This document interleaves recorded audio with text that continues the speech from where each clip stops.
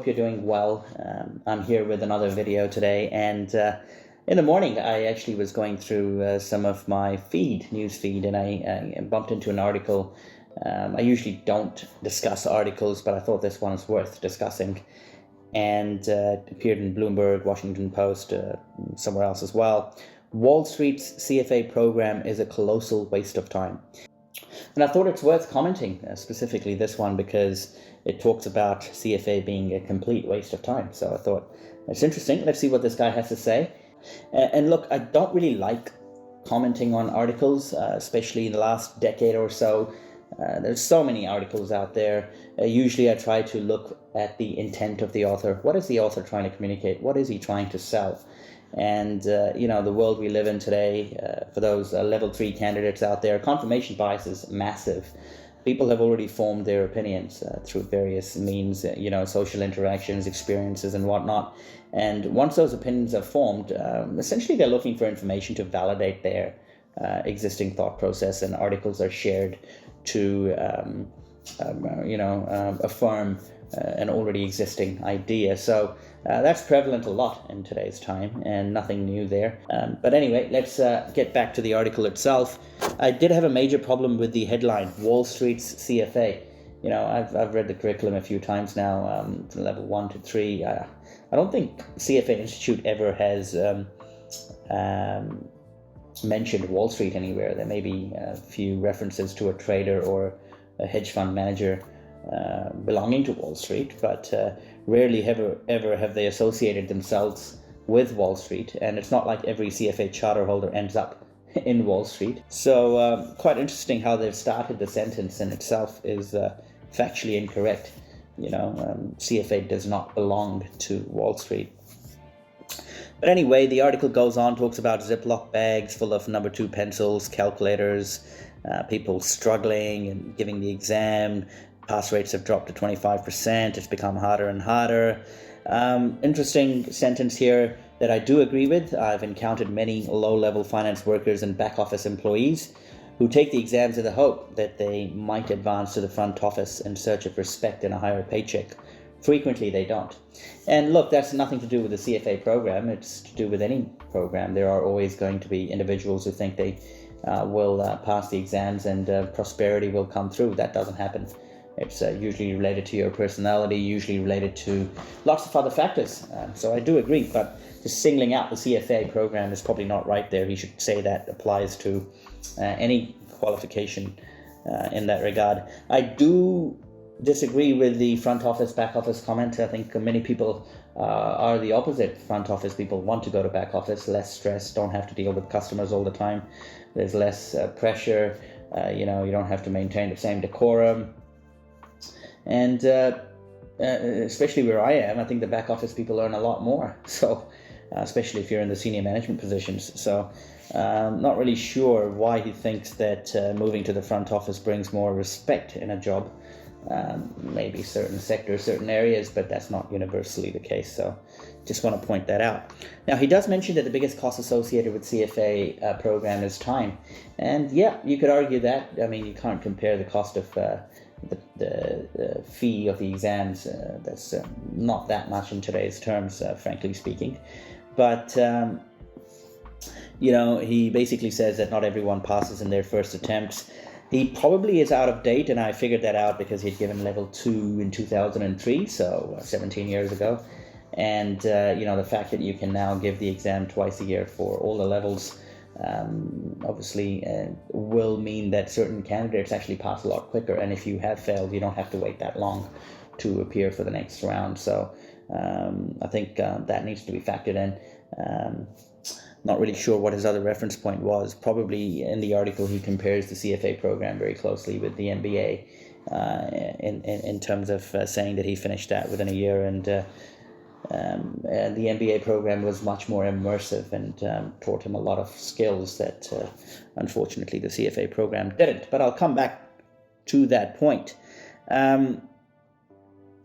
Look, I think he talks about not regretting his decision to not complete his CFA charter.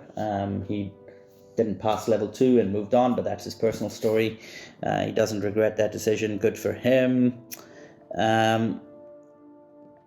Now, one thing that he says is that he actually doesn't remember anything he learned during from the CFA program, and he learned a lot from the MBA program. And he goes on to say that the MBA degree produces more well-rounded and thoughtful employees. Wow. I mean, is that a fact or is that a opinion? The way he says it seems like it's a fact, but I disagree with him. I think, if you haven't completed the program, you can't really make a comment that you've not learned anything from it. That's probably, and there's so much to learn.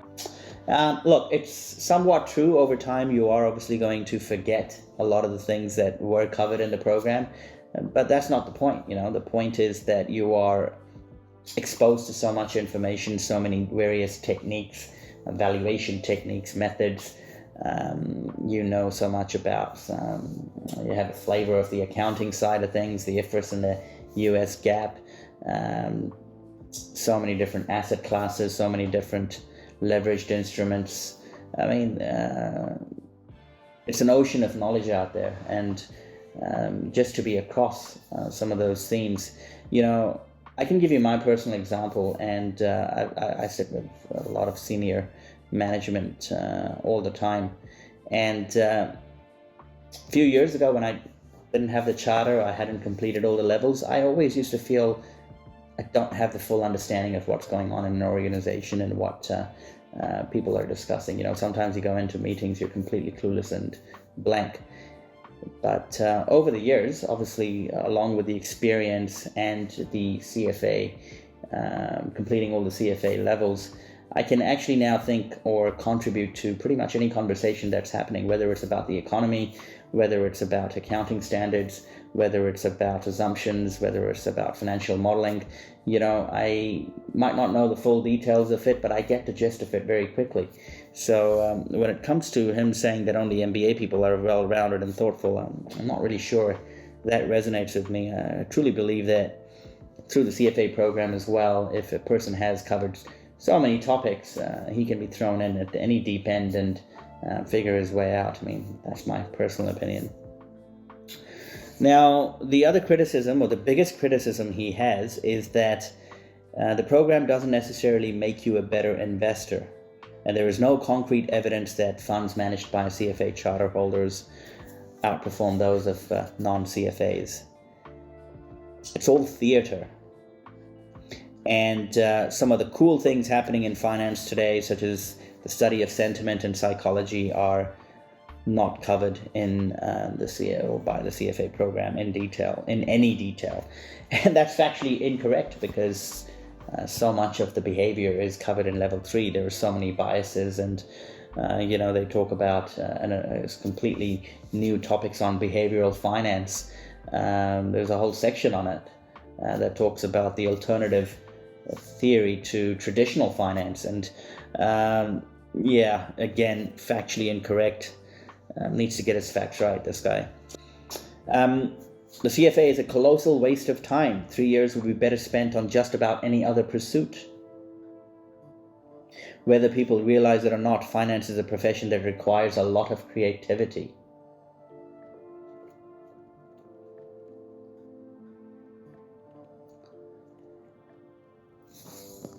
And then he talks about the fact that, he pursued an MFA instead, a Master in Fine Arts. Okay, so he talked about an MBA in the beginning, and now he talks about Master in Fine Arts, which is a better use of my time. Look, the article abruptly ends there, and we get these from time to time. We really do, and especially if candidates who are just about to give an exam, or who are just about to consider a program, I don't really know. I think they're just going to ignore this article, and I don't even know who the target audience is, but I don't see many people moving to fine arts by reading this article.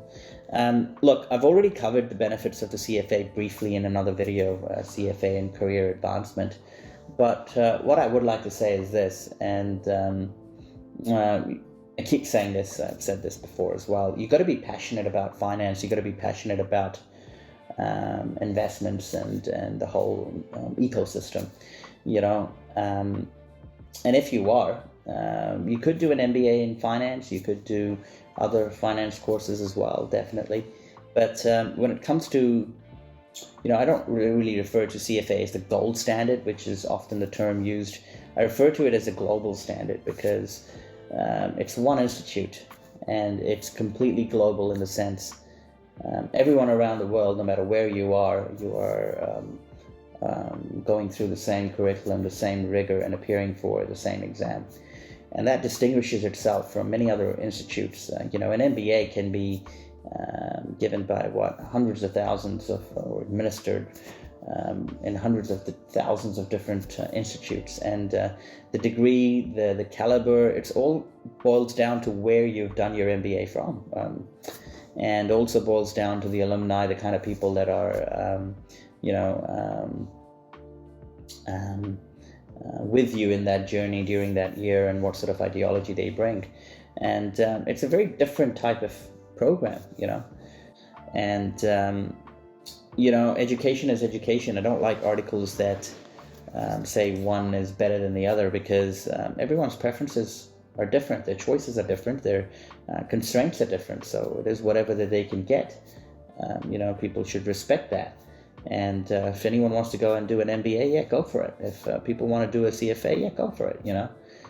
These are all going to enhance your personality. They're going to develop your personality and hopefully make you a better person than you were prior to being affiliated with them. So there's articles like this. I feel they need to have rebuttals, and there needs to be fact-checking done, because the reach is huge, and doesn't help, especially when people are trying to stay focused and motivated. They don't really help. But yeah, that was it for this video. Hopefully you enjoyed it, and I will see you guys next time.